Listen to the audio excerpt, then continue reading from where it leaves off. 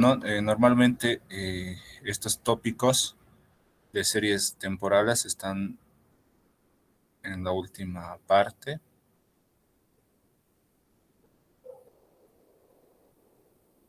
A ver, me parece que están en este tópico. A ver, aquí debe estar. La prueba de Dickey Fuller, ¿no? Aumentada. De aquí están, digamos, algunos conceptos, pruebas de raíz unitaria, ¿no? Eh,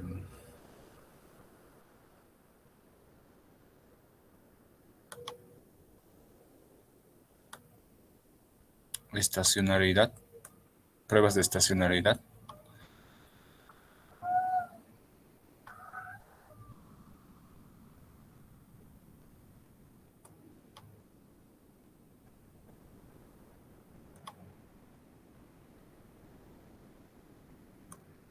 Ya, a ver, eh, quisiera ver, por ejemplo, en toda la concurrencia, solamente no puedan, eh, tienen la opción de levantar la mano, aquellos que ya han visto series temporales, ¿no? Han visto tópicos de series temporales. Quisiera saber del total de personas o estudiantes que están inscritos, cuántos han visto series temporales y más precisamente pruebas de raíz unitaria, ¿no? Entonces pueden levantar la mano para yo un poco testear, digamos, cuántos tienen conocimiento.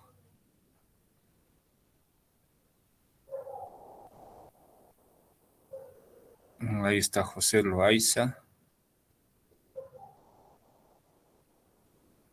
Einar Uriarte. eh,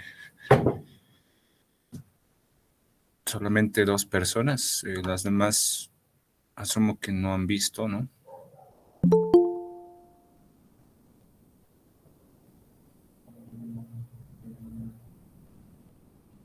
Ya, está bien, muchas gracias José, muchas gracias Einar. Eh, entonces, repasaremos un poco conceptos básicos, ¿no? Eh, de estacionalidad, ¿no? A ver, eh, en todo el análisis de econometría uno, ¿no? O econometría básica, como quieran llamarlo, se asume, ¿no? Que las variables, la variable dependiente, como también las variables independientes, son estacionarias, ¿no? Por definición. De hecho, normalmente no se hacen test, digamos, de raíz unitaria a las variables en un curso básico de econometría uno, ¿no? La verdad, eh, yo no he visto, digamos, en al menos en mi experiencia, ¿no? Cuando yo pasé econometría no hicimos eso, salvo al final, ¿no? Cuando hicimos una introducción al análisis de series temporales, ¿no? ¿Por qué razón es eso? Porque se suponía, ¿no? Que todas las variables eran estacionarias, ¿no? Sin embargo, esto normalmente no ocurre, ¿no? Cuando analizamos, por ejemplo, series económicas, ¿no? Series temporales económicas, por ejemplo, el PIB, el consumo, la inflación, por ejemplo, ¿no? Entonces, esas variables no son estacionarias, ¿no? Tienen una tendencia estocástica eh, o tiene un comportamiento no estacionario, ¿no? Vale decir que su media, su varianza no son constantes en el tiempo, ¿no? Entonces, al tener este problema, porque en realidad es un problema, ¿no? El hecho de que mis series sean no estacionarias o tengan raíz unitaria, es un problema. Eh, yo debería tener la capacidad de identificar si esa serie tiene o no raíz unitaria y en el caso de que tuviese, de qué manera yo puedo solucionar ese problema, ¿no? Para eso está todo este análisis de las series temporales, ¿no? Entonces, vamos a hacer énfasis en las propiedades, ¿no? Que debe cumplir una serie temporal, ¿no? Una serie temporal para que ésta se considere estacionaria, ¿no? Pero estas propiedades van a ser de manera clara y precisa eh, estacionarias en el sentido débil, ¿no? Porque también hay estacionariedad en el sentido fuerte o estricto, digamos, pero normalmente lo que nosotros verificamos y lo que comúnmente se hace, digamos, ¿no? En torno a investigaciones económicas, digamos, para papers, tesis y otras, lo que se hace es verificar estacionalidad en el sentido débil, que está estrechamente vinculado con las tres propiedades, ¿no? Vale decir, esta, ¿no? La primera que es que esa serie temporal debe tener una media que es constante, ¿no? En este caso denotada por mu. La varianza también es constante, sigma al cuadrado, y la covarianza también es constante, ¿no? Vale decir que únicamente depende de los rezagos, ¿no? De las variables. Si alguna de estas propiedades no se cumple, estaríamos en el caso de que las series son no estacionarias, ¿no? O tienen raíz unitaria. Entonces, para poder verificar estas propiedades existe eh, una gama de test, ¿no? Ahí estaban, por ejemplo, el test de raíz unitaria más habitual y más utilizado, el cual es el test de Dickey-Fuller, ¿no? O también el de Dickey-Fuller aumentado, que no es más que el de Dickey-Fuller, pero aumentado, digamos, rezagos de la regresión auxiliar, ¿no? Eso los voy a mostrar ahorita porque es uno de los más utilizados y más comúnmente eh, usados por los investigadores y lo que se enseña, digamos, ¿no? En econometría 2, por ejemplo.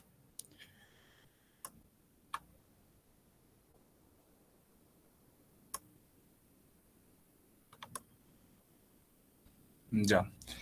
Para la prueba de Dickey-Fuller aumentado, ¿no? Eh, lo que hace, ¿no? Que sea aumentado, ¿no? Este test de Dickey-Fuller, lo que hace que sea aumentado, se denote como aumentado, son estos rezagos, ¿no? Los rezagos de la variable dependiente de la regresión auxiliar de Dickey-Fuller. Esta es la regresión auxiliar de Dickey-Fuller, todo lo que estoy señalando con esta manito, ¿no? Hasta acá simplemente sería una prueba de Dickey-Fuller simple, pero si yo incorporo rezagos de la variable dependiente de esta regresión, estoy en el caso de un test ADF o Dickey-Fuller aumentado, ¿no? Ahora, ¿por qué razón, digamos, si se incorpora estos rezagos de la variable dependiente de esta regresión auxiliar? Por la única finalidad de tener residuos no autocorrelacionados, ¿no?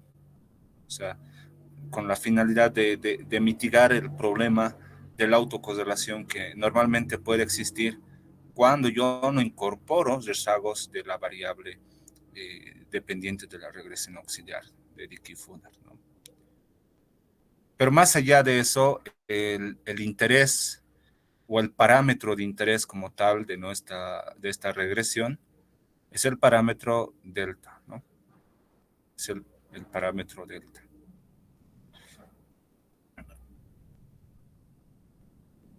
Y obviamente examinar, ¿no? El test estadístico asociado a este parámetro y compararlo con valores críticos no de la tabla TDStudent, sino valores críticos simulados, ¿no? De Maquinon, ¿ya? Entonces eso también se puede hacer. Acá están ejemplos, digamos, ¿no? En Damodar Gujarati.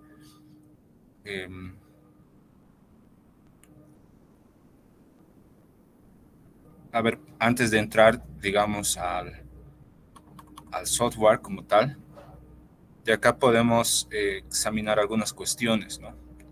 Fíjense esta regresión. Acá tenemos, se está trabajando con el PIB, ¿no? En este caso, LPIB, que sería el logaritmo natural del PIB, ¿no? La regresión auxiliar del test de Dickey-Fuller aumentado está en función de una constante, una tendencia, la variable logaritmo del PIB rezagado en un periodo, ¿no? Y acá fíjense, están los rezagos, el rezago de primer orden, ¿no? De la variable dependiente de esta regresión auxiliar, que en este caso es delta LPIB, ¿no? Tenemos acá delta LPIB de menos 1, delta LPIB de menos 2, delta LPIB de menos 3, ¿verdad? Y acá, bueno, probablemente acá hay un error, ¿no? Pero tendría que ser, supongo que es hasta T menos 4, ¿no? Acá falta menos 4. Pero lo que nos interesa, como les había indicado, es que nos interesa examinar el test estadístico, ¿no? El test estadístico de este coeficiente, ¿no? O sea, el test estadístico asociado a este coeficiente. Y ahí, entre paréntesis, nos está dando esos valores, ¿no? Fíjense, nos dice T igual, entre paréntesis, nos está dando el valor T estadístico de la constante, de la tendencia, de esta variable, ¿no? De LPIB, que es la variable de interés en T-1, ¿no? Y así sucesivamente para todas las demás variables y coeficientes. Lo que nos interesa es, como se señala acá, dice, el valor T igual a tau del coeficiente LPIB T-1 rezagado, dice, que es igual a delta, ¿no? O sea, es igual a delta porque en la notación que hemos hecho acá es este coeficiente de la variable de interés, ¿no? YT-1 en este caso, delta, ¿no? Es este que está acá, ¿no? Es este coeficiente. O sea, delta sería igual a menos 0.0352. Pero en realidad no nos interesa este coeficiente como tal, sino su test estadístico, ¿no? Y el test estadístico ya nos está dando, es menos 2.3443. Y este test estadístico hay que comparar en valor absoluto con los valores críticos de Maquinon. En este caso se está usando el 10% de nivel de significación, ¿no? Y al 10% nos dice que es menos 3.1378, ¿ya?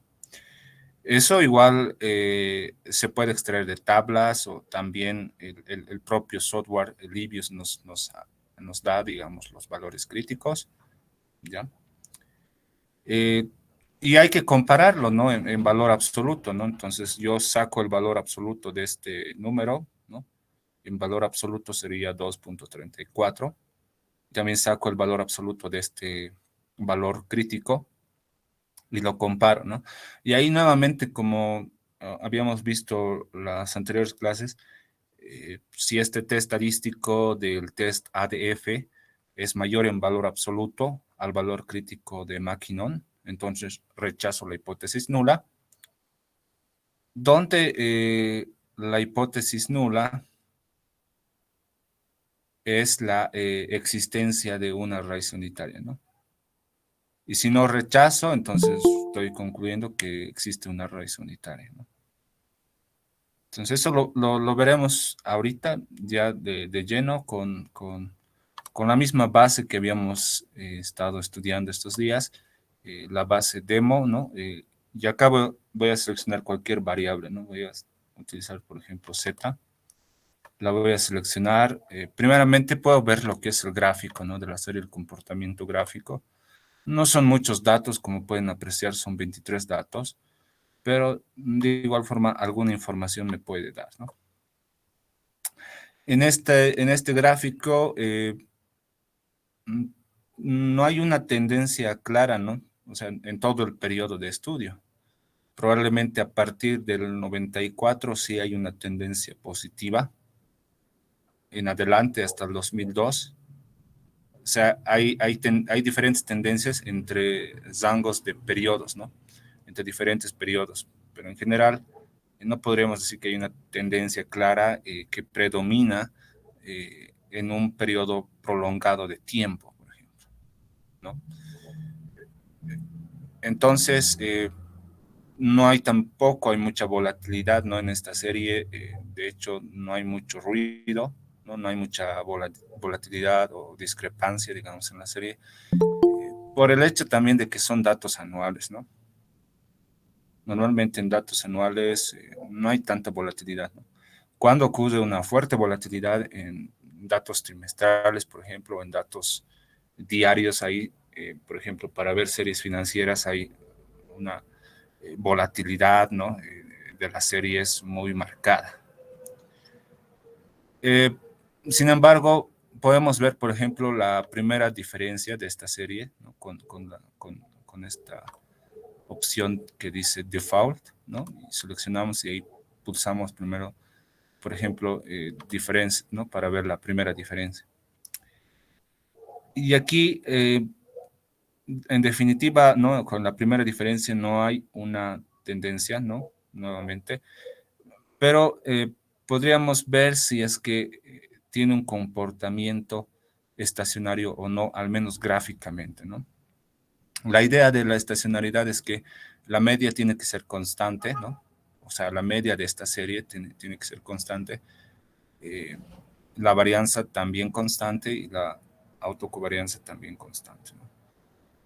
Podemos ver si es que existe o no reversión a la media de la serie, ¿no? Por ejemplo, si la media asumimos que en este caso en la serie diferenciada está en torno a cero, el, la serie debería oscilar o fluctuar en torno a cero por encima y por debajo de la media, ¿no? Entonces acá, por ejemplo, vemos que en este punto está muy alejado de la media que es cero, pero vuelve en este año, digamos, en el 82, pero luego al 83 se va alejando, pero luego vuelve, ¿no? Entonces habría una reversión a la media, pero acá tal vez ocurre un problema porque ya medio que se está alejando de la media por unos 3 años, por ejemplo, pero luego vuelve a la media y luego se está alejando, ¿no? Entonces, eh, nos da un indicio, digamos, de que probablemente al hallar la primera diferencia, la serie continúe siendo no estacionaria, ¿no? No hay un comportamiento gráfico claro que nos marque que la serie luego de una diferencia sea estacionaria. Pero esto simplemente, como les he mencionado, simplemente es un análisis gráfico que es útil, ¿no? De hecho, muchos profesores recomiendan no examinar primeramente el gráfico para ver los componentes que se puede utilizar, por ejemplo, en el test de Dickey-Fuller aumentado, por ejemplo, ya sea que yo incorpore constante, incorpore tendencia o incorpore ambas o no incorpore ningún componente determinístico, o sea, constante y tendencia. Y también pueda ver a priori gráficamente si es que la serie tiene un comportamiento estacionario o no, ¿no? Pero como les digo, no es determinante, ¿no? El gráfico, sino que hay que utilizar pruebas formales de raíz unitaria, ¿no? En este caso, también es pertinente utilizar el test ADF porque no se encuentra, digamos, algún, algún comportamiento estacional, por ejemplo, en la serie, ¿no? De hecho, normalmente en series anuales no hay tanto el problema de la estacionalidad. Y podríamos ver también el tema de quiebre, ¿no? Tal vez hasta este año podríamos decir que hay una tendencia negativa hasta este año, hasta el 94, pero a partir de acá ya va cambiando. Podríamos examinar también otros test para, para ver raíz unitaria con quiebra estructural. Pero por ahora asumiremos, digamos, que la serie no tiene problemas de quiebra estructural y tampoco estacionalidad. La estacionalidad está mucho más clara que el quiebra estructural. Y realizamos un test convencional de raíz unitaria de Dickey-Fuller, ¿no? En esta versión de Livius 12, bueno, simplemente hay que irse a View, ¿no? Acá a Unite Root Test, y acá te da unas tres opciones, ¿no? Te dice, en el primer caso, test de raíz unitaria estándar, o sea, todos los que habituales, los que vemos, ¿no? Nos dice breakpoint test, ¿no? O sea, en este caso, test de raíz unitaria con quiebra estructural y seasonal, unite root test, ¿no? O sea, test de raíz unitaria con estacionalidad. Pero vamos a utilizar ahora el estándar, ¿no? Le doy clic y ahí me pone, digamos, por defecto el ADF, ¿no? Y también, obviamente, hay otras opciones, ¿no? El Philips Perron, KPSS, RSP, digamos, o RS, ¿no? Pero el ADF es el que todos utilizan, ¿no? Y bueno, vamos a empezar con este, ¿no?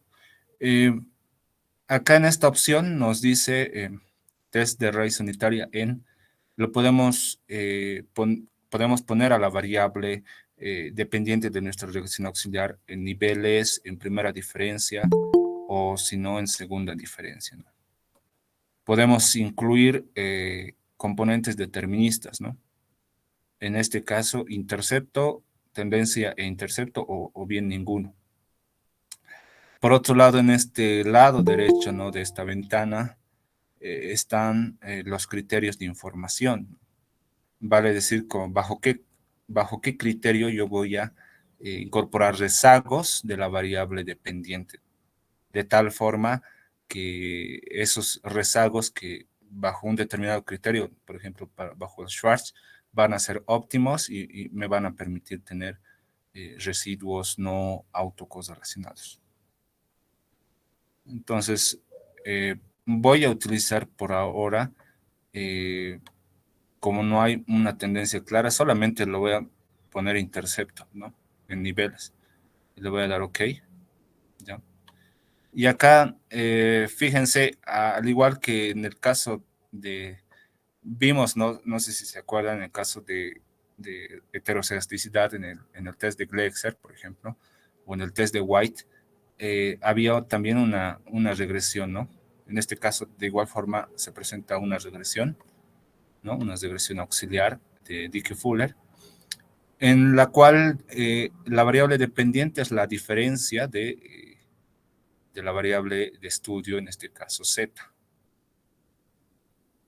Y fíjense también cuáles son las variables independientes.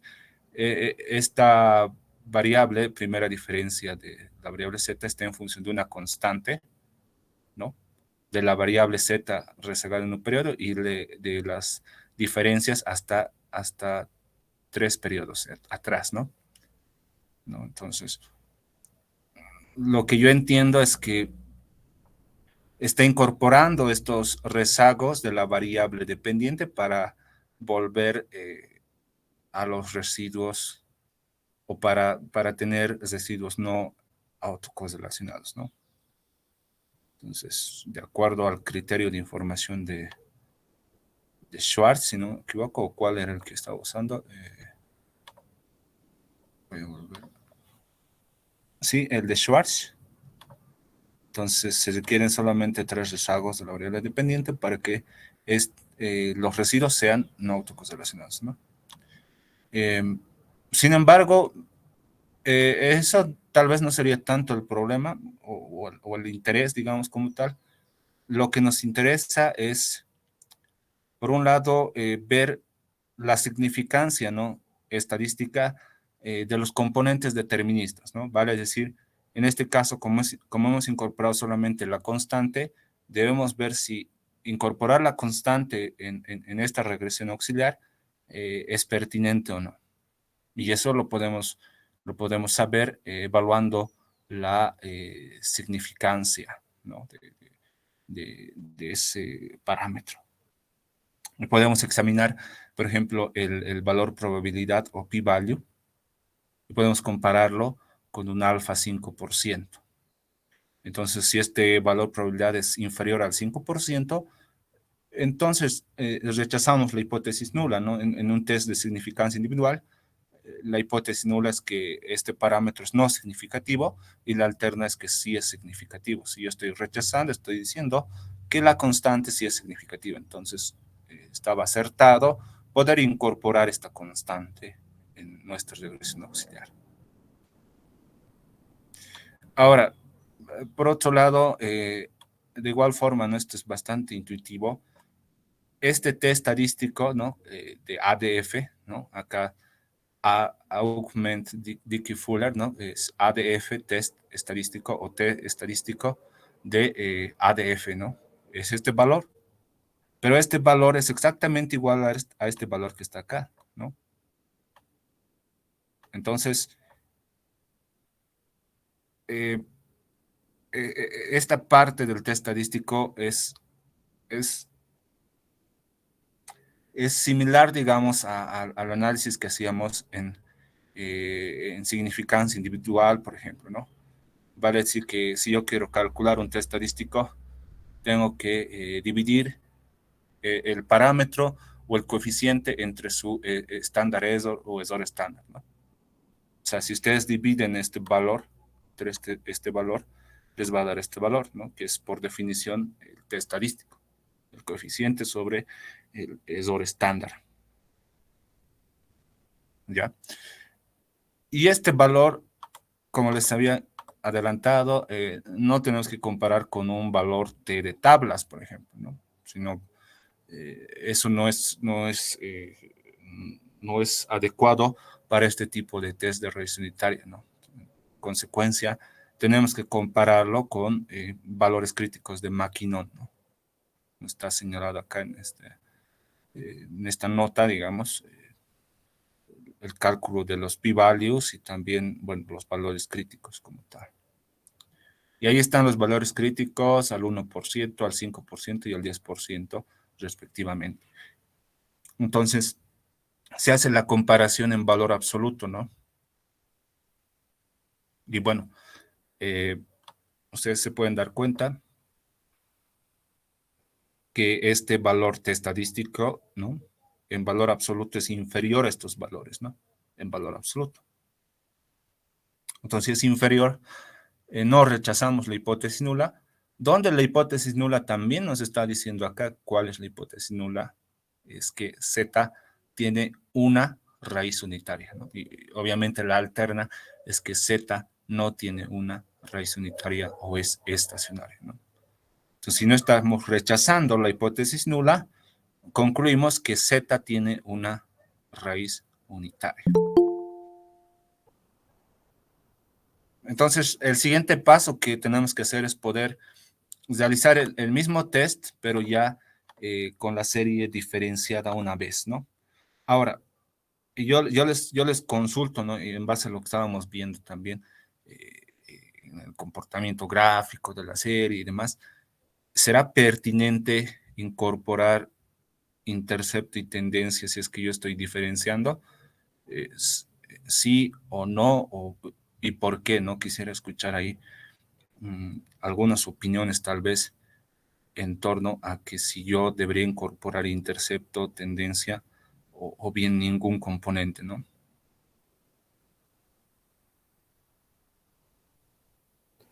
Buenas tardes, profesor. Ya no se incorpora intercepto ni tendencia cuando está la variable diferencia una vez. Ya, buenas tardes, muchas gracias. Sí, ¿no? O sea, si ya está diferenciada, normalmente la tendencia va a desaparecer, ¿no? Normalmente. No les digo que siempre. La constante también, la constante, claro, te da una dirección, digamos, de la serie, pero normalmente la tendencia desaparece y lo que nosotros deberíamos hacer es eh, poner la opción de ninguno, ¿no? Pero a ver, podemos probar, por ejemplo, así solamente para un poco testear, digamos, qué es lo que ocurriría en torno a la significancia, ¿no? De estos dos componentes deterministas, tanto tendencia e intercepto, si son significativos o no, por ejemplo.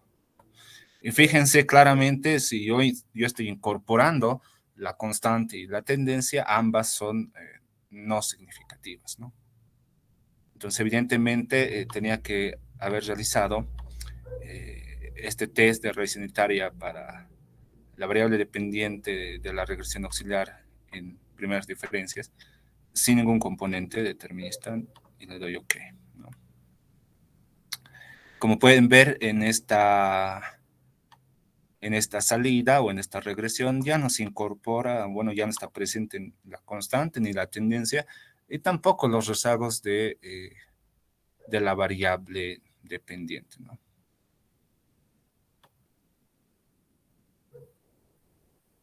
Ahora, fíjense acá,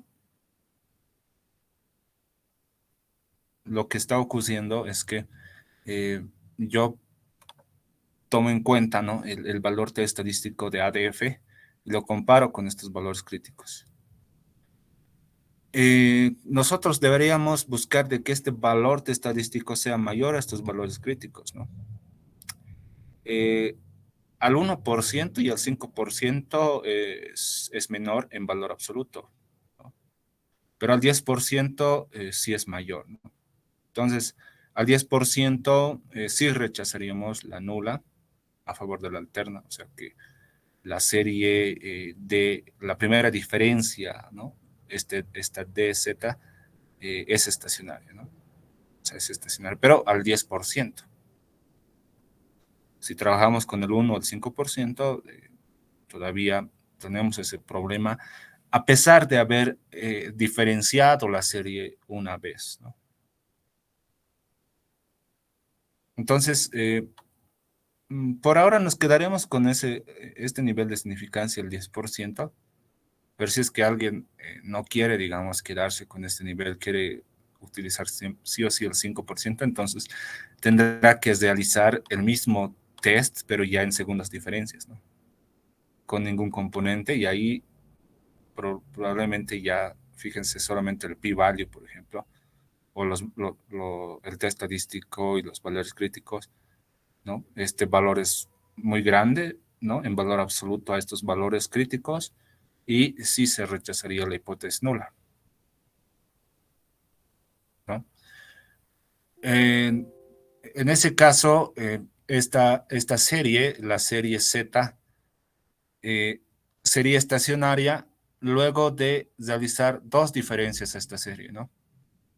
Hay otro nombre también que se le puede dar a este proceso que se llama integrado de orden 2, ¿no?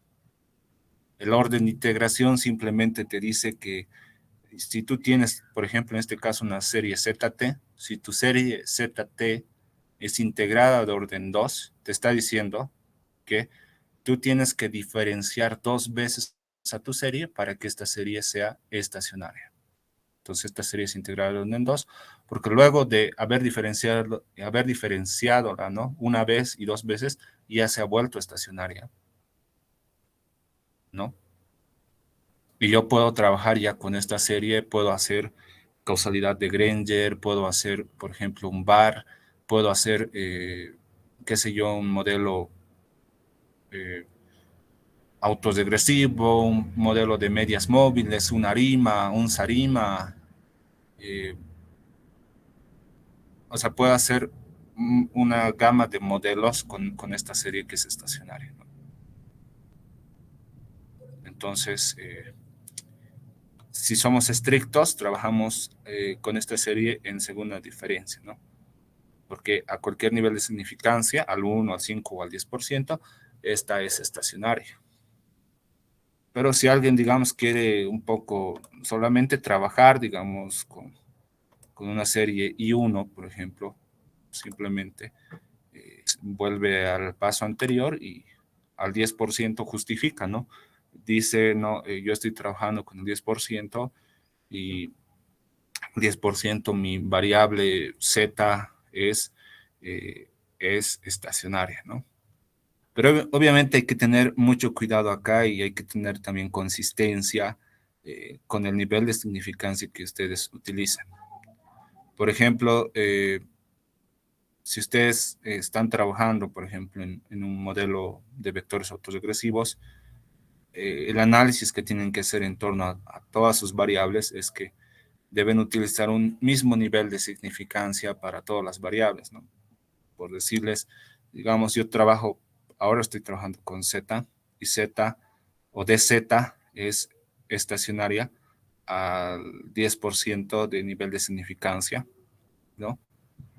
Pero digamos que trabajo con X, pero X, una vez que la he diferenciado, ¿no? O sea, de X, por ejemplo, únicamente va a ser estacionaria al 5%, por decirles, ¿no? Ahí ya estaría, digamos, no sería ¿cómo se dice esto? Consecuente con el nivel de significancia que yo he utilizado, ¿no? Entonces, lo que se sugiere es mantener un solo nivel de significancia para todas las pruebas. Y bueno, si es que, digamos, no te ha salido acá, por ejemplo, esta serie estacionaria DZ, ¿no? Digamos que al 5%, ¿no? Entonces, con la segunda diferencia, sí te sale, ¿no? Eso hemos probado. Evidentemente sí sale, ¿no? Pero también hay que tener cuidado en el hecho de examinar otras series, ¿no? Por ejemplo, Y, por ejemplo. Si yo trabajo con Y, no puedo yo relacionar, o sea, la serie Y que digamos tenga, o sea, sea integrada de orden 1 y mi serie Z sea integrada de orden 2. Yo no puedo hacer esa relación, ¿no? Porque tienen diferentes órdenes de integración. Deberían tener el mismo orden de integración para poder realizar, en este caso, un modelo VAR, por ejemplo. Entonces, eso también son temas más, un poco más aplicados, ¿no? A econometría 2. Pero lo básico, digamos, ahorita es el estudio, digamos, o el análisis de, de este test de raíz unitaria, ¿no? Del de ADF. Y bueno, comparar en torno a los valores críticos de Maquinon y eventualmente también ver el p-value, ¿no? Pero este p-value es, como pueden ver acá, ¿no? Provienen de simulaciones, ¿no? Entonces, hay que tener en cuenta todos esos detalles. Lo que yo les sugiero es que comparen los test estadísticos, ¿no? Siempre el test estadístico con los valores críticos. Y si el p-value más te confirma, digamos, lo que has encontrado con esto, entonces perfecto. Pero me parece que es más determinante utilizar, al menos en este test, eh, el test estadístico y los valores críticos de Maquinon.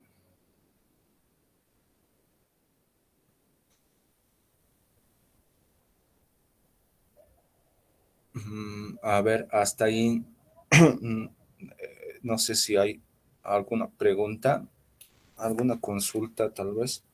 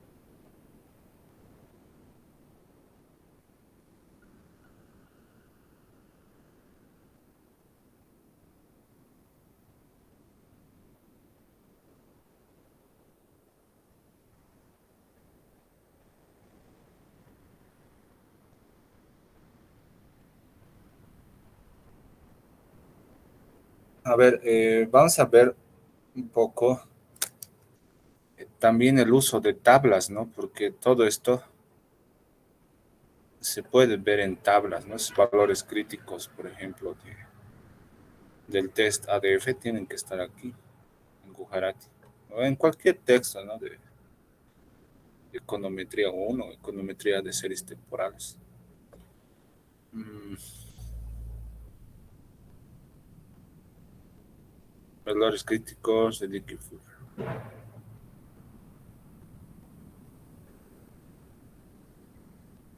A ver, por ejemplo, esto, ¿no? Si es que, por decirles, ¿no? En un examen, por ejemplo, si es que les dicen, ¿no? Puede ser que les digan que calculen estos valores, ¿no? O encuentren estos valores. No hay ningún problema porque pueden utilizar tablas, ¿no? Entonces, en las tablas, en este caso, a la Gujarati, digamos, tienen el tamaño de la muestra en una columna, ¿no? Para 25, 50, 100, 250, 500, teóricamente hasta infinito, ¿vale? Sí, para muestras superiores a 500. Y acá están los valores críticos.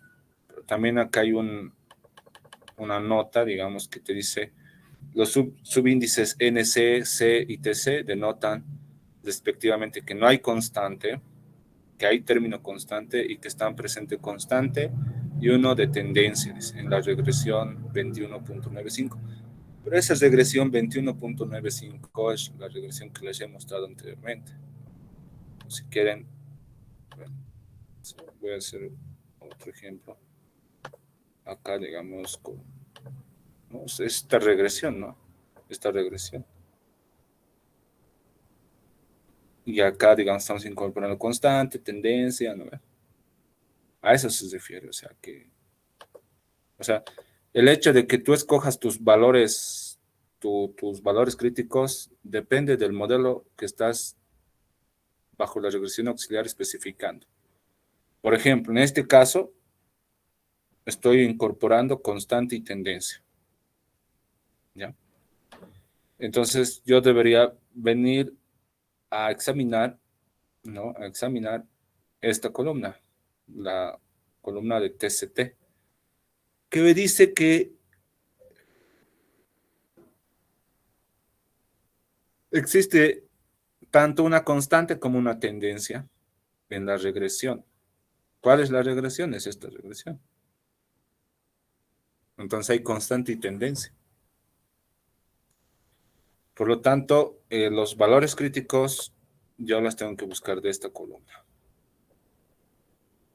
Entonces necesito a su vez el número de observaciones, pero el número de observaciones ya me lo están dando, es 23 o en la regresión 21. Está muy próximo a 25, entonces me voy a concentrar en esta fila. El nivel de significancia solamente hay para dos en este caso, ¿no? Para el 1 y el 5%. Por ejemplo, para el 5% me dice que el valor crítico es menos 360. Veremos si es así. Fíjense acá, para el 5% me sale menos 3.64, ¿no? Y acá menos 360. Está muy próximo, ¿no? Probablemente el software sea más preciso porque eh, normalmente los softwares son más exquisitos, digamos, con los decimales, ¿no? Están incorporando todos los decimales, pero el valor de tablas tampoco se distancia mucho de ese valor. Para el 1% me da 4.38. Y acá, fíjense, 4.46, ¿no? Igual, podríamos decir que no hay una diferencia tan significativa. Y como yo les indico, ¿no? Si es que para un examen, digamos, no les da esta información, entonces es válido utilizar esas tablas, ¿no?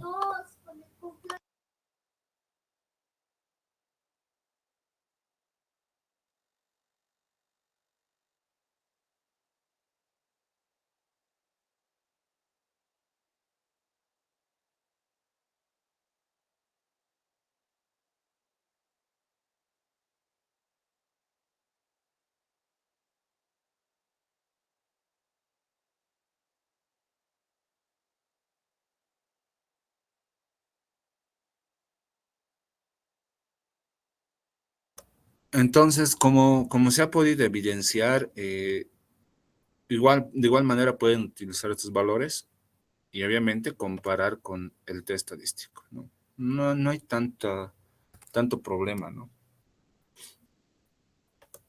O sea, uno tiene que tener la capacidad de hacerlo manualmente y también con el software, ¿no? Y saber de dónde provienen estos resultados, ¿no? Ya hemos comprobado estos resultados de dónde vienen de las tablas.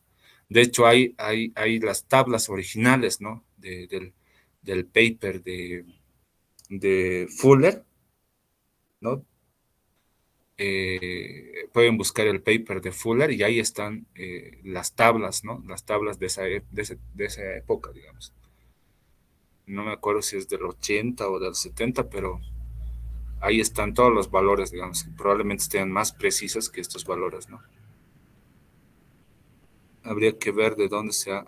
Acá está, fíjense, la fuente dice adoptado de Fuller, de Introduction to al análisis estadístico de series de tiempo, ¿no? Entonces pueden venirse a este texto y ahí están los valores críticos, ¿no?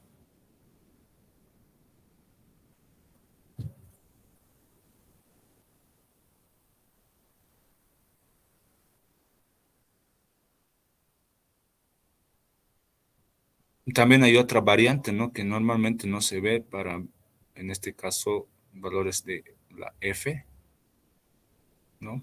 Que normalmente no se lo estudia, ¿no? Pero igual, si a alguien le interesa, de igual forma está en el texto de Gujarati, en la página 893. Esta misma tabla está en el texto de Novales, ¿no? En el apéndice de Novales. Y ahí lo pueden también identificar. No sé si ha quedado claro el uso de las tablas o tienen alguna duda, tal vez.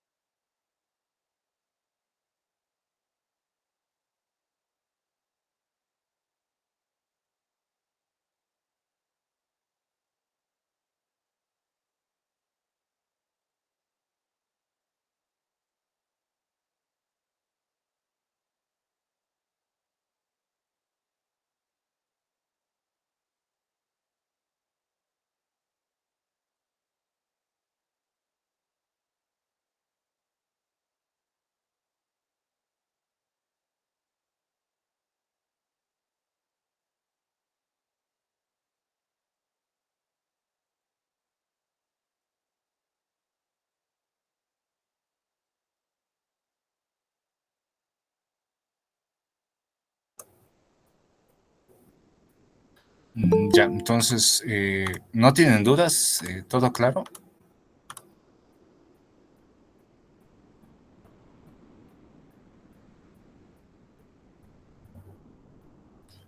Ya. Para finalizar, veremos causalidad de Granger, ¿ya? Causalidad de Granger, así un breve pantallazo nomás.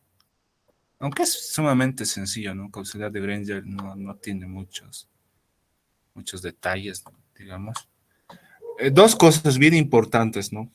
Para causalidad de Granger, o al menos una cuestión, ¿no? Bien trascendental, es que causalidad de Granger no te está diciendo,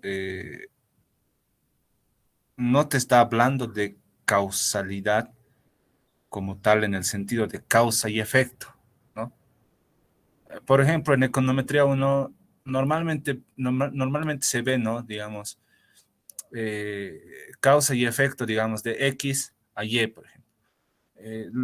Lo que se interpreta, lo que normalmente se hace es eh, ver, por ejemplo, qué pasa si X aumenta en 1%, cuánto aumenta Y, digamos. Eso es causa y efecto, ¿no?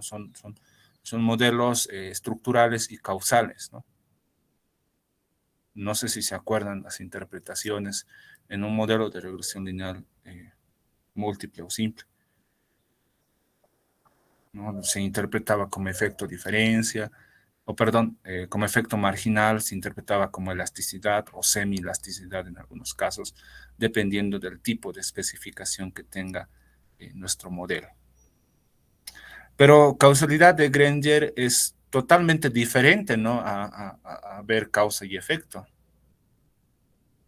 ¿no? No tiene ninguna relación con ese término, ese concepto, ¿no? Eso simplemente a modo de aclaración, porque causalidad de Granger simplemente te habla de un sentido de precedencia, ¿no? Vale decir que, y esto también voy a hacer énfasis, ¿no? Como estamos entrando a series de tiempo, normalmente en el análisis de series de tiempo, la finalidad, digamos, ¿no? De la, a ver, no sería especificación, sino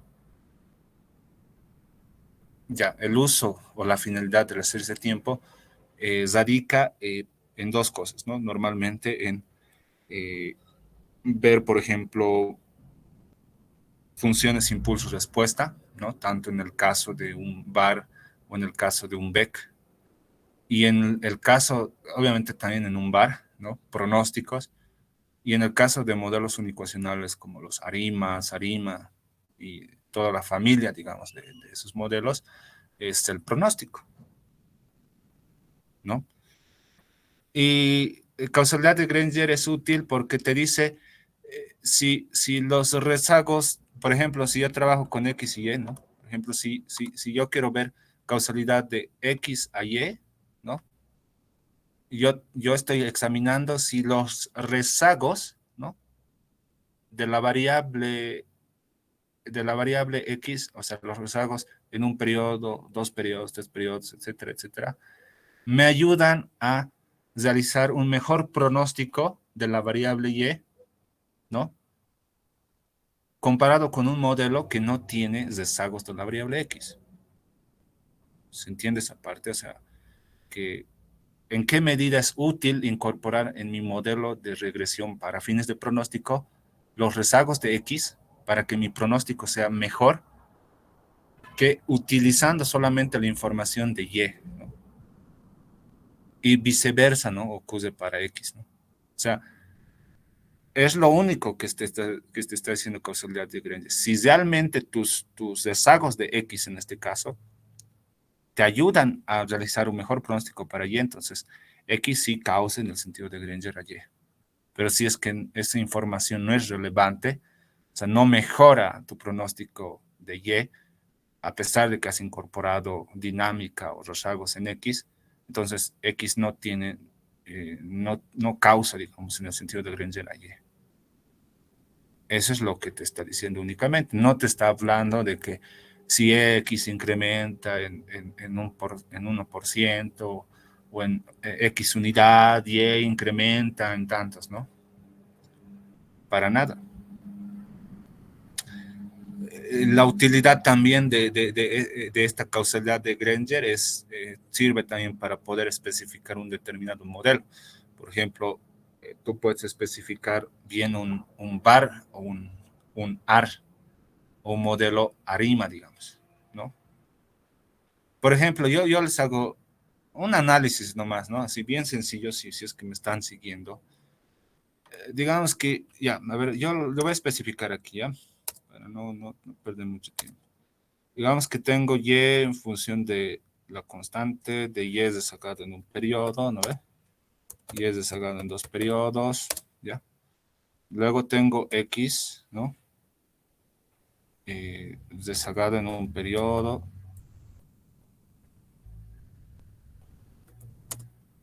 Y X desagregado en dos periodos, ¿no? Entonces, si estoy examinando si X causa en el sentido de Granger a Y, los coeficientes, ¿no? Que están acá, ¿no?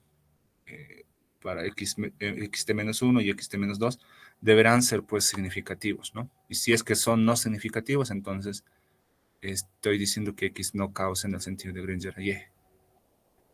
Ya, ahora les hago la pregunta, más que preguntarles el análisis, ¿no? Si es que evidentemente los parámetros asociados a estas variables son no significativos, entonces estoy diciendo que X no causa en el sentido de Granger a Y. O sea, la información pasada de X no me sirve, ¿no?, para pronosticar Y. En consecuencia, yo puedo especificar un simple modelo ARIMA, por ejemplo. O sea, un modelo uniecuacional. O sea, solamente voy a utilizar una sola ecuación y una sola variable. En este caso, voy a trabajar con Y y sus desagües. Voy a poder especificar ahí un AR, o bien un MA, o un ARMA, digamos, o un ARIMA. Ah, ya. Pero si es que ocurre lo contrario, si es que X sí causa en el sentido de Granger a Y, eso también me está dando una información útil para poder especificar, por ejemplo, un modelo VAR, establecer interacciones entre dos variables, ¿no? Por ejemplo, si evidentemente X causa en el sentido de Granger a Y, lo que me está sugiriendo aquí, te conviene estimar un modelo VAR con tus dos variables, con Y y X. Eso es lo que también te está dando información útil para especificar un determinado modelo y también para poder utilizar un determinado método, en este caso VAR. O sea, por ahí también va la utilidad, ¿no? Obviamente esto tiene que tener alguna utilidad. Y al final llegamos a el tema de pronóstico. ¿Ya? Entonces, a ver, como les había dicho, habíamos examinado Z, nos quedaremos en que la primera diferencia de Z sí es estacionaria, ¿no? Al 10%. Entonces yo puedo generar una variable con el comando gener, ¿no? Espacio, y le doy el nombre de dz para denotar a la primera diferencia de la variable z. Y esa dz va a ser igual a d, entre paréntesis, z. Y le doy enter. Y ahí ya me ha generado la primera diferencia, ¿no? Como estoy haciendo la primera diferencia, obviamente el primer valor o la primera observación para el 80 la voy a perder, ¿no? Y ahí está. Luego voy a examinar x, por ejemplo, porque tienen que haber al menos dos variables para ver causalidad de Granger. Y acá, bueno, voy a ver el gráfico también rápidamente. Acá me parece que sí hay una tendencia, ¿no?, negativa. A pesar de que acá cambia, pero en general se va manteniendo la tendencia negativa. Entonces la voy a especificar, por ejemplo, con constante y tendencia en niveles. Todo lo demás lo voy a mantener. Y ahí fíjense si estoy siendo consecuente, ¿no? Trabajo con el 10%. Al 10% X, o sea, al 10% sí rechazaría, ¿no?, la hipótesis nula. ¿No ven? Al 5% no rechazaría la hipótesis nula, pero estoy trabajando con el 10%, entonces mi serie X como tal tiene una raíz unitaria, ¿no? Pero ahí también estaría incurriendo en un problema, porque esta serie es en niveles, ¿no? O sea, es en niveles, y esta serie que estoy trabajando acá es diferenciada. O sea, tienen diferente orden de integración. Esta es integrada de orden cero, ¿no? Porque al 10% estoy diciendo que es integrada de orden cero porque no necesito ninguna diferenciación. Entonces, probaré a ver con la primera diferencia, por ejemplo.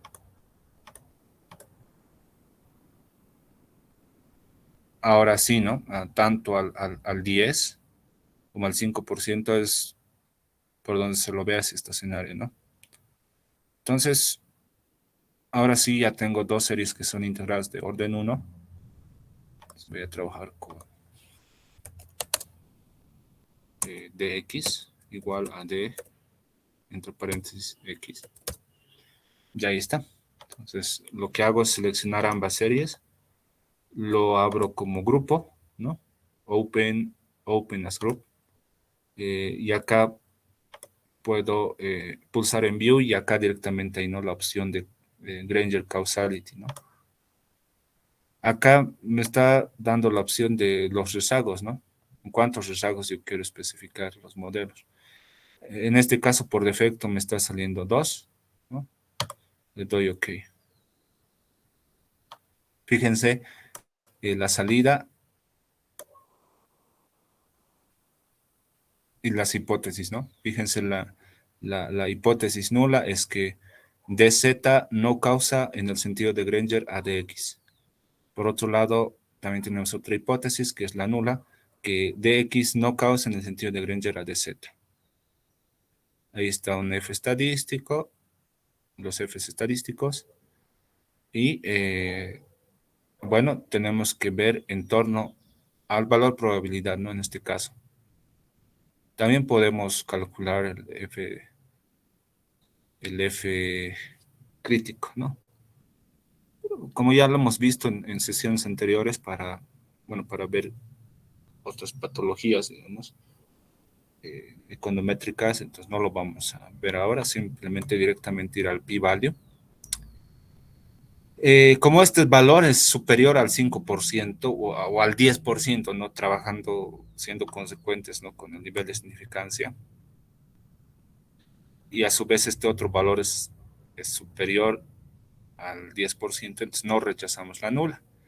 Entonces, ¿qué me está diciendo esto? Que dz, ¿no?, los rezagos de la variable z hasta orden 2 no causan en el sentido de Granger, o dz, perdón, no causan en el sentido de Granger a dx. Y la lectura detrás de esto es que la información pasada, ¿no?, hasta orden 2, o sea, dz t-1, dz t-2, no me es útil, ¿no?, para tener un buen pronóstico. No aporta nada al pronóstico de dx. Y por otro lado, ¿no?, como yo no estoy rechazando la nula, en este otro caso, dx tampoco tiene un aporte importante en el pronóstico de dz. Entonces, al menos viendo hasta 2 rezagos, ¿no? Tal vez si es que yo voy rezagando más periodos, tanto de z como de x, sí haya causalidad, ¿no?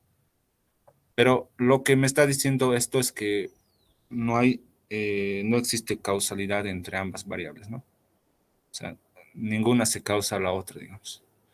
Podemos probar para más rezagos, por ejemplo, qué sé yo, 4.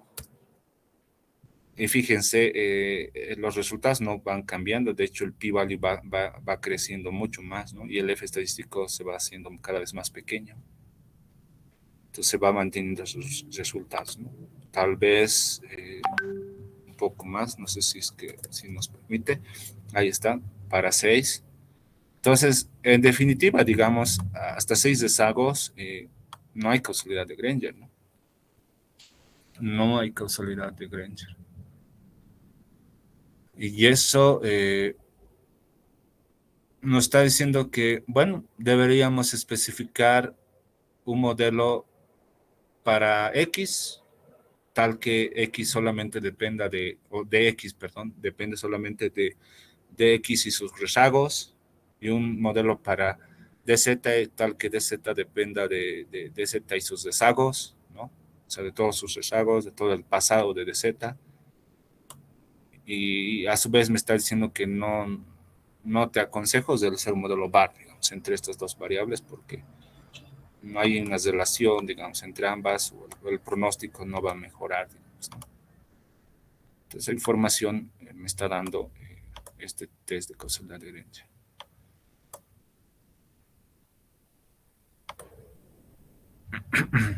A ver, hasta ahí no sé si existe alguna consulta, alguna duda.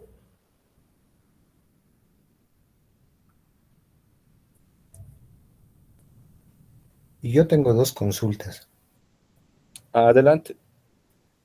En relación a, a series de tiempo, no sé si nos pudiese facilitar algún material de series de tiempo, pero que estén en español, porque la mayoría están disponibles en internet, están en inglés. No sé si hubiese algún material que tenga esa característica.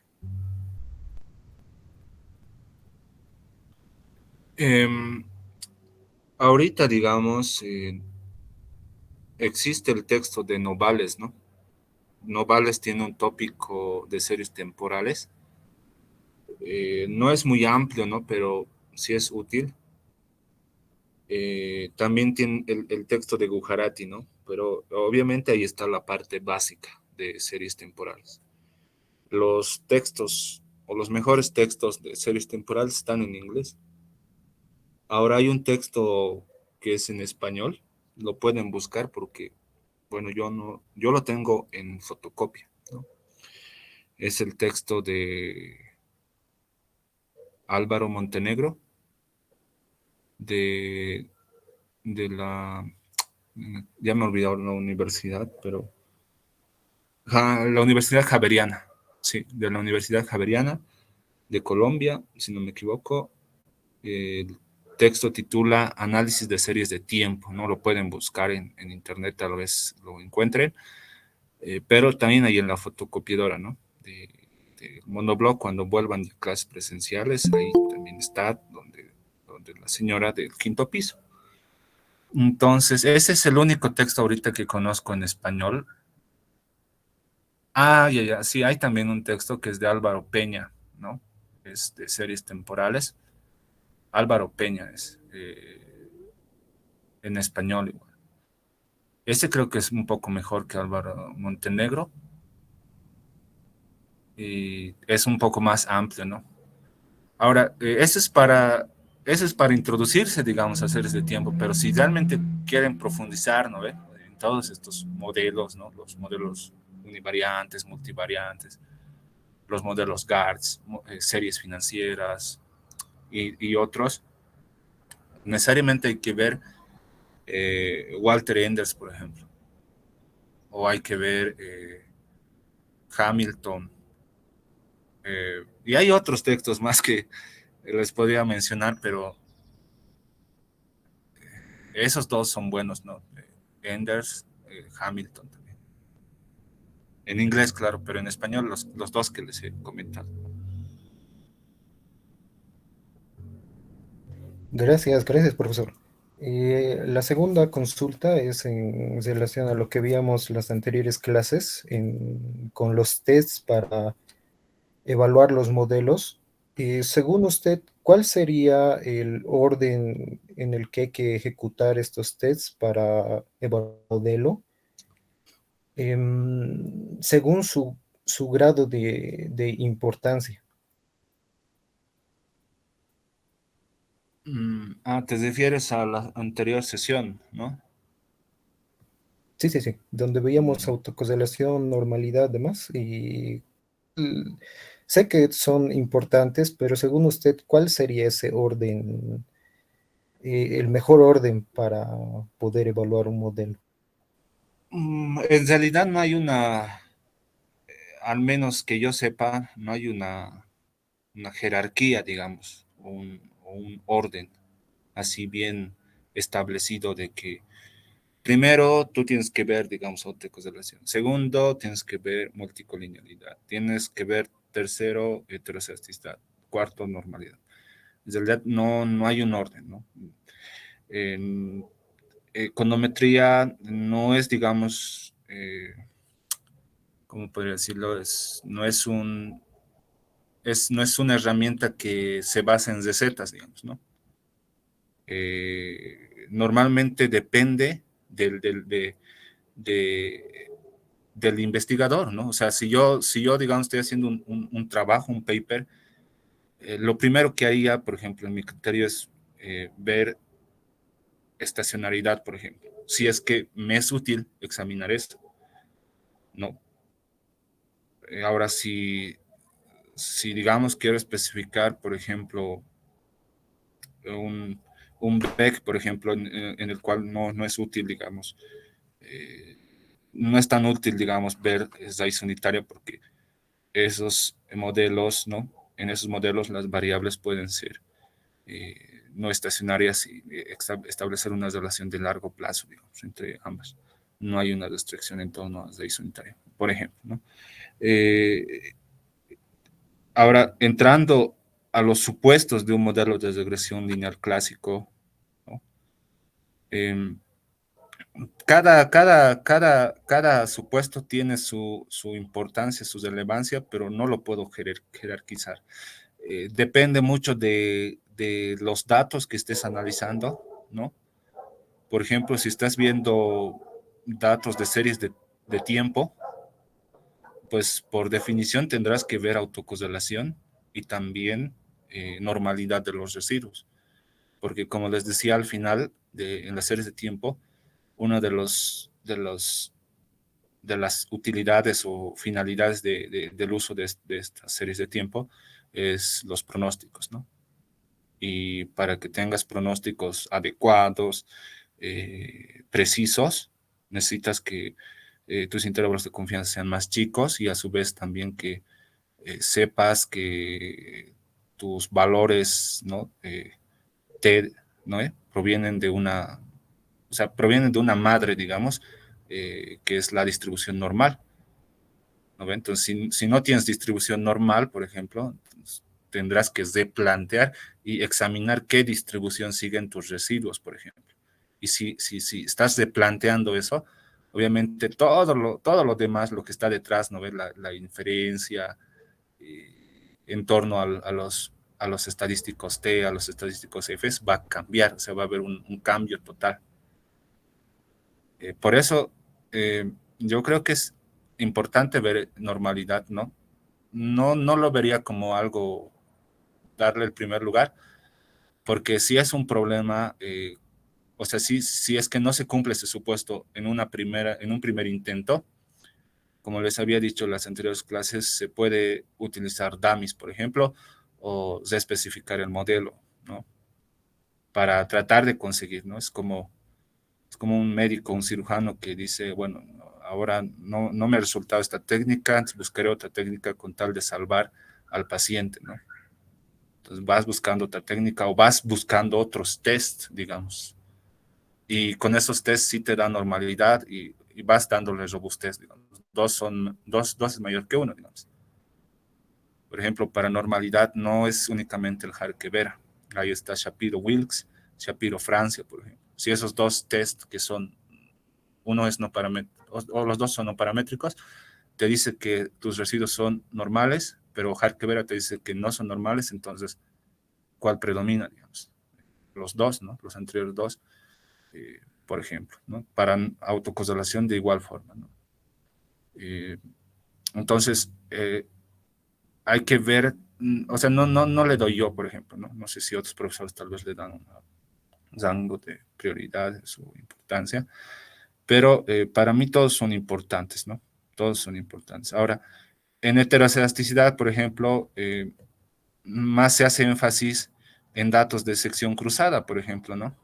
Eh, encuesta de hogares, qué sé yo, para ver modelos microeconométricos, digamos, ¿no? Por ejemplo, para ver una ecuación de Mincer, por ejemplo, sí hay que ver heteroelasticidad. Y obviamente también hay correcciones, ¿no? Eso no hemos visto, pero hay métodos de corrección. Ahí está, por ejemplo, el de White, por ejemplo, que normalmente se usa. El, y en el Stata, tal vez muchos de ustedes han visto el Robust, ¿no ve? Robust White, para corregir la heteroelasticidad ya de entrada, digamos. Y que este no sea un problema que se arrastre en adelante. Entonces, en resumen, para mí todos son importantes, ¿no? Todos evidentemente son importantes y bueno, depende también de los datos que estés analizando y depende de la finalidad que le vayas a dar. Eh, Normalidad, de hecho, sí es sumamente importante para pronósticos, ¿no? Entonces, eso podría comentar al respecto. Gracias, profesor, me queda claro.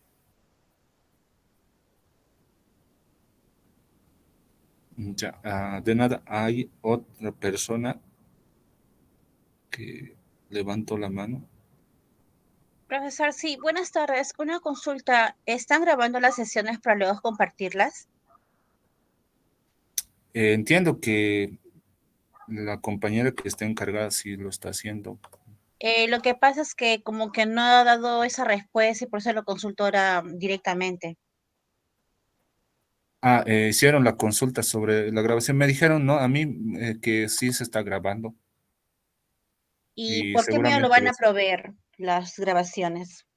a ver, no sé si está ahí la compañera. Mm, ¿Podrías ayudarle tal vez?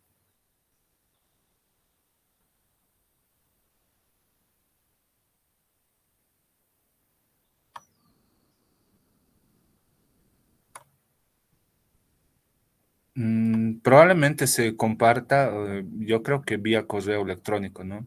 Al momento de inscribirse, han facilitado sus correos, entonces ahí seguramente se les va a pasar un drive para que O de puedan repente estudiar. lo puede facilitar por la fanpage de Econométrica. A ver, no sé qué es lo que dicen, ¿no? Los organizadores, depende de ellos.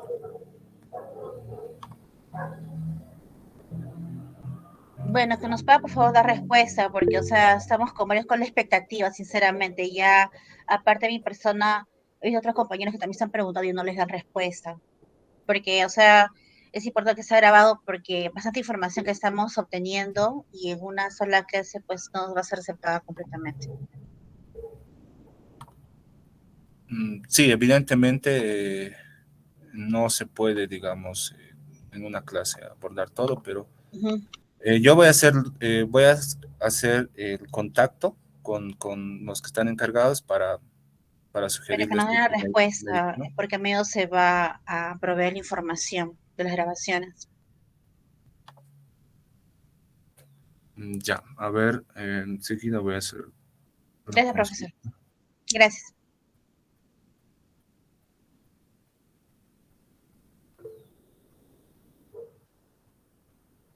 Ah, por YouTube, pero, o sea, ¿cuál es el canal? De Econométrica, deduzco.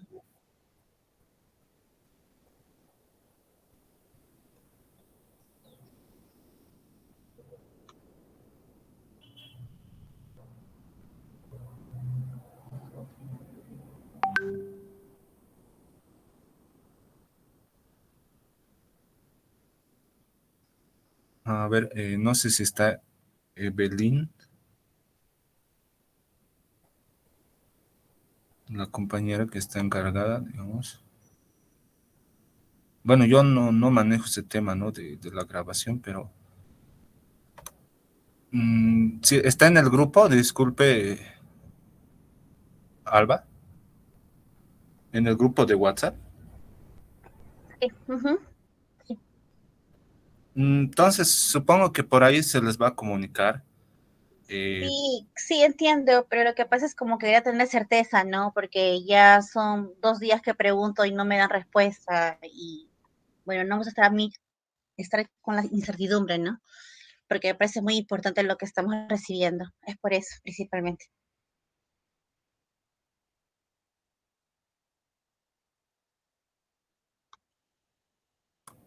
ya, a ver, estoy consultando, todavía no me han respondido, Sí, entonces buenas yo noches, ¿me voy a hacer, logran escuchar?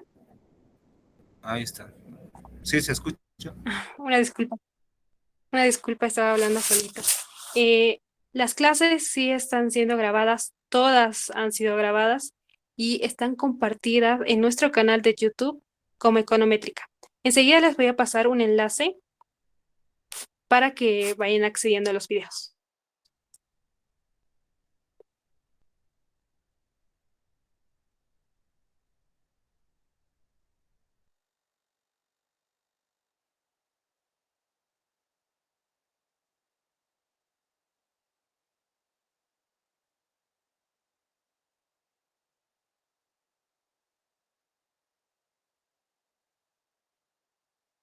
Bueno, yo creo que ya se ha dado la respuesta.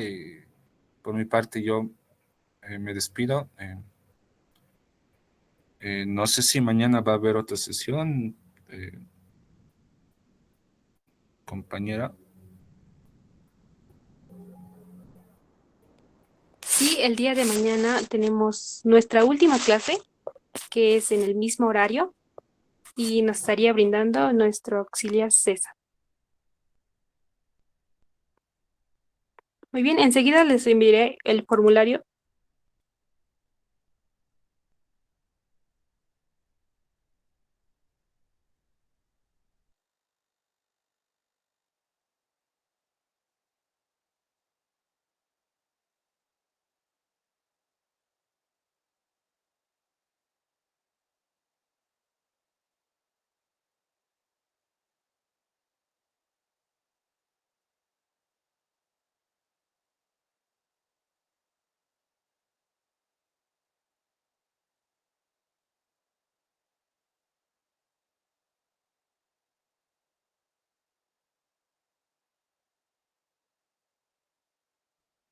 Muy bien, eso sería todo por el día de hoy y nos despedimos.